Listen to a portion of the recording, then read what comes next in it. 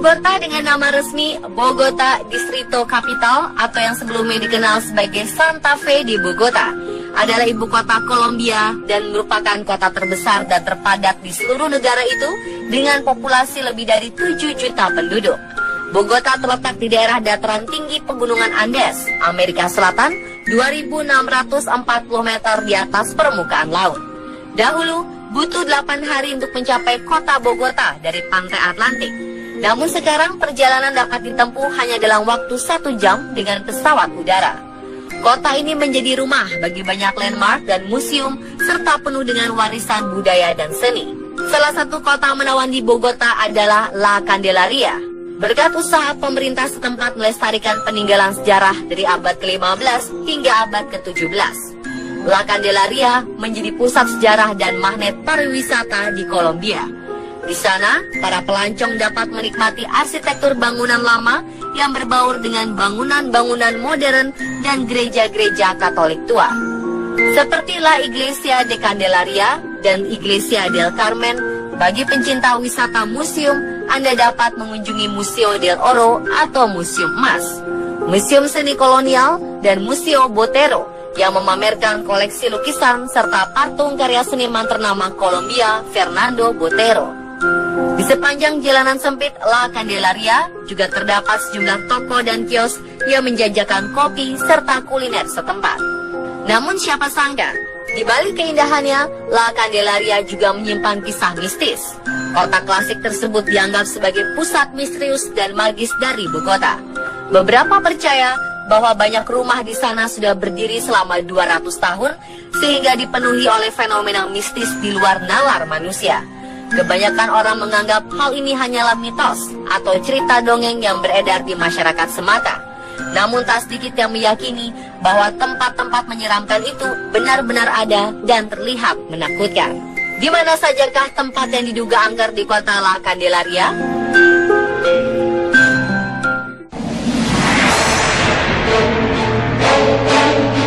Layaknya cerita mistis di Indonesia, di La Candelaria terdapat sebuah sumur angker. Konon, ratusan tahun lalu, ada seorang wanita cantik yang dihamili oleh banyak orang saat masa penjajahan.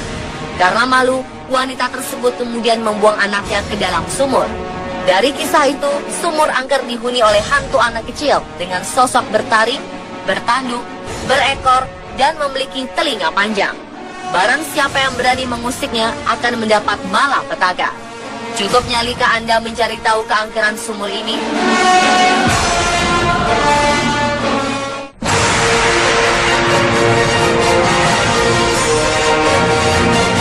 Di kawasan La Candelaria berdiri sebuah hotel yang sangat indah dan megah. Tetapi mungkin hotel ini bukan pilihan yang pas bagi Anda yang penakut. Pasalnya, hotel tersebut dipercaya sebagai hotel paling berhantu. Sekumpulan kejadian mistis terjadi karena selama ratusan tahun masyarakat terbiasa memakamkan orang yang meninggal di kebun rumah mereka. Tahun berganti, rumah pun berubah menjadi Hotel San Vittorio di Torino.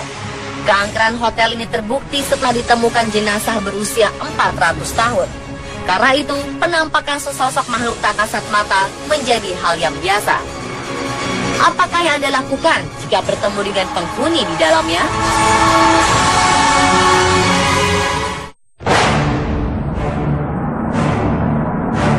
Sekilas, deretan rumah ini terlihat biasa-biasa saja. Namun bisakah Anda menebak rumah mana menjadi salah satu tempat pembunuhan? Ya, satu dari deretan rumah itu ternyata menyimpan sebuah misteri. Kisah ini bermula ketika seorang perempuan muda menjadi asisten rumah tangga sepasang suami istri dekat istana Presiden Kolombia. Tak disangka, sang suami memiliki hubungan spesial dengan asisten rumah tangga itu. Merasa sakit hati, sang istri mengusir asisten muda. Namun ia kembali lagi dan kemarahan istri semakin tak terkendali. Wanita itu kemudian menganiaya asisten muda dengan menarik rambut, memotong mulut, membakar kulit tubuhnya dengan setrika panas, sampai akhirnya mengubur tubuh kaku asisten muda di dinding rumah. Ada yang berani mencari di mana letak rumah tersebut?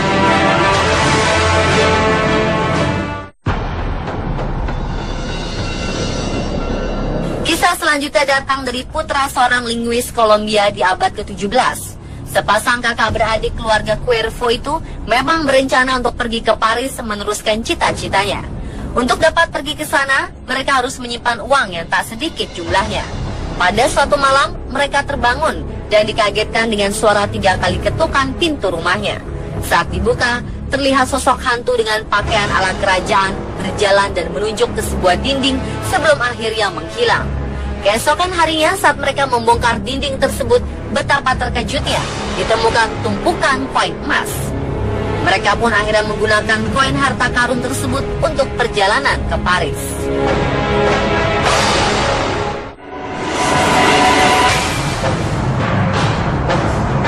Fernando Rojas, penjaga Museum Bogota, mengaku sering mengalami hal-hal aneh di luar akal sehat manusia. Dia bersumpah seringkali melihat bola lampu seakan menari-nari seperti kunang-kunang di hall museum. Menurut Rojas, bola lampu itu selalu muncul sebelum dia menutup museum di saat kondisi sudah gelap gulita. Sosok apakah itu?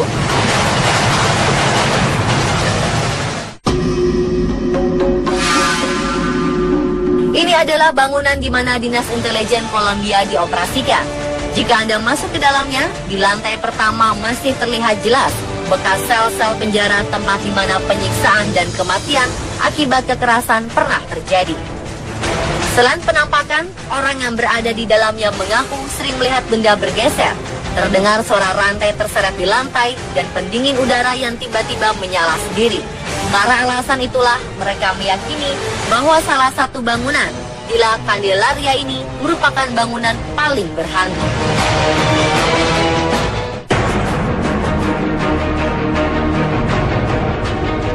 Cafe La Bruja. Sebenarnya bangunan ini syarat akan sejarah, namun sejarah yang kelam. Sebelum dijadikan sebagai kafe, bangunan ini konon merupakan penjara paling sadis selama masa penjajahan. Ada banyak orang yang tewas mengerikan di sini. Tak heran fenomena penampakan hantu sering terjadi. Selain benda yang bergerak sendiri atau suara-suara teriakan, salah satu kisah paling terkenal adanya penampakan sosok mengerikan yang dikenal dengan nama Alfredo dan Maria. Diego Gomez, pemilik kafe La Bruja sendiri pernah merasakan serangan dari salah satu sosok mengerikan tersebut. Satu malam saat ia kembali dari luar setelah menutup kafe itu, di dalamnya sudah terlihat sangat gelap. Tak berapa lama ia merasakan lemparan sofa dan membuatnya jatuh. Tiba-tiba muncul sosok Alfredo yang memandangnya penuh kemarahan dan menekan leher Diego. Untungnya salah satu dari rekan Diego datang dan sosok misterius Alfredo itu hilang dalam sekejap. Lalu mengapa kawasan La Candelaria menjadi kawasan angker di Bogota? Apa penyebabnya? Saksikan kelanjutan misteri series Kota Hantu La Candelaria esok hari dalam Kamis Misteri di jam yang sama. Selamat malam.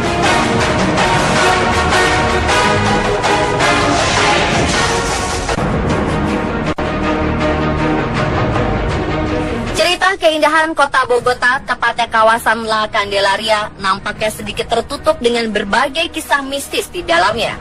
Bagi masyarakat Kolombia, kota La Candelaria menjadi pusat lingkaran gaib karena hampir di setiap sudut kota terkenal sangat berhantu. Ada banyak kisah mistis yang begitu dipercaya sejak puluhan hingga ratusan tahun lalu. Bahkan kini, tak banyak masyarakat setempat yang berani menceritakannya karena dianggap terlalu mengerikan. Tak pelak, kisah mistis kota berhantu La Candelaria pun menjadi urban legend yang mengerikan di Bogota, Kolombia. Lalu apa sebenarnya yang terjadi dalam kawasan ini selain dari tempat-tempat yang sudah diceritakan sebelumnya? Jiwa hilang yang menghantui La Candelaria seolah tidak perlu dipanggil untuk menunjukkan eksistensi diri mereka sebagai penampakan. Terlalu banyaknya penampakan makhluk tak kasat mata mungkin berkaitan dengan fakta bahwa pemakaman adalah perkembangan yang relatif baru dan selama ratusan tahun halaman rumah dijadikan tempat persemayaman terakhir orang yang sudah meninggal. Sebentar, apakah jangan-jangan penampakan yang selama ini terlihat merupakan jiwa yang masih penasaran dan belum kembali ke alam baka?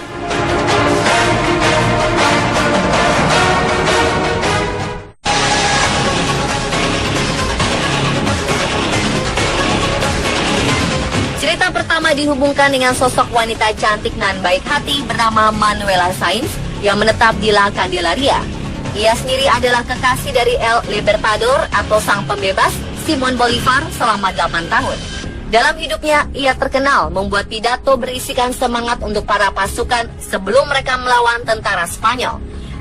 Dan pada suatu kesempatan, ia bahkan mengikuti Bolivar dalam sebuah pertempuran revolusioner.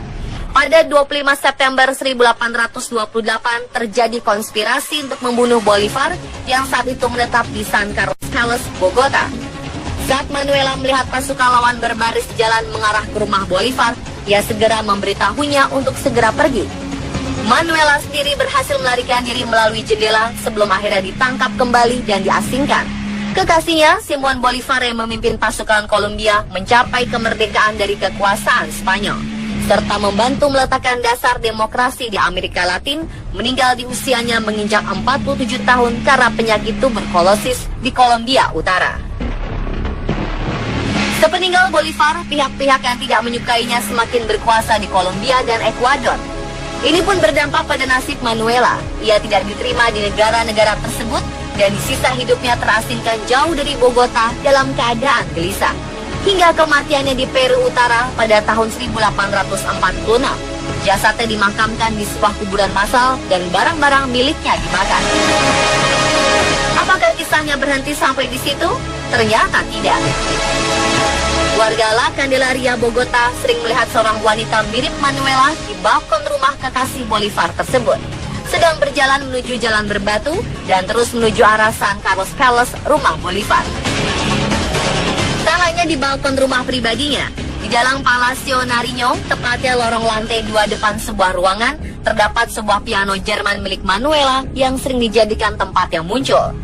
Seorang pengawal presiden pada satu malam mendengar dentingan piano dari lorong lantai 2. Ketika diselidiki, terlihat seorang wanita berambut panjang dengan gaun putih sedang memainkannya, dan sosok itu adalah Manuela Sáenz.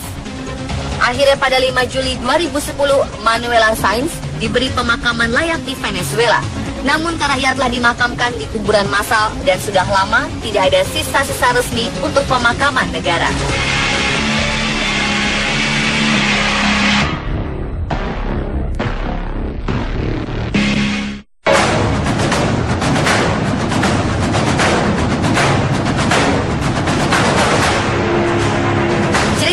Berhubungan dengan rumah kolonial di Bogota yang berfungsi sebagai tempat tinggal oleh Simon Bolivar setelah Perang Kemerdekaan, dan saat ini digunakan sebagai museum yang didedikasikan untuk kehidupan Bolivar.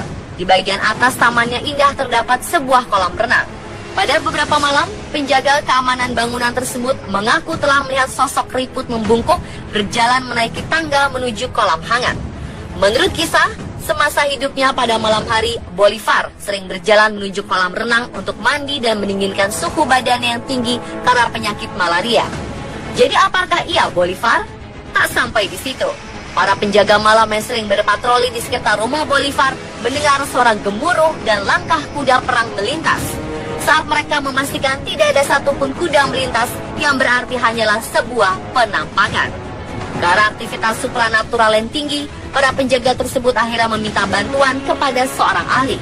Beberapa dari mereka bahkan memilih untuk keluar dari pekerjaan menjadi penjaga rumah Bolivar karena tidak tahan dengan gangguan suara-suara aneh dan berbagai macam penampakan.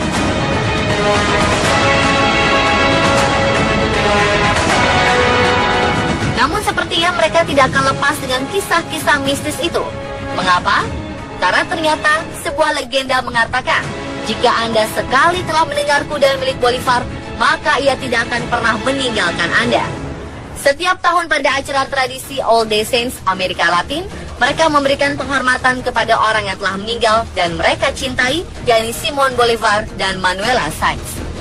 Baik itu di Batu Nisan, maka mereka di Caracas, Venezuela, atau rumah spiritual mereka bersama-sama di La Candelaria, Bogota. Hingga kini, cerita mistis mengenai La Candelaria masih terus bergulir.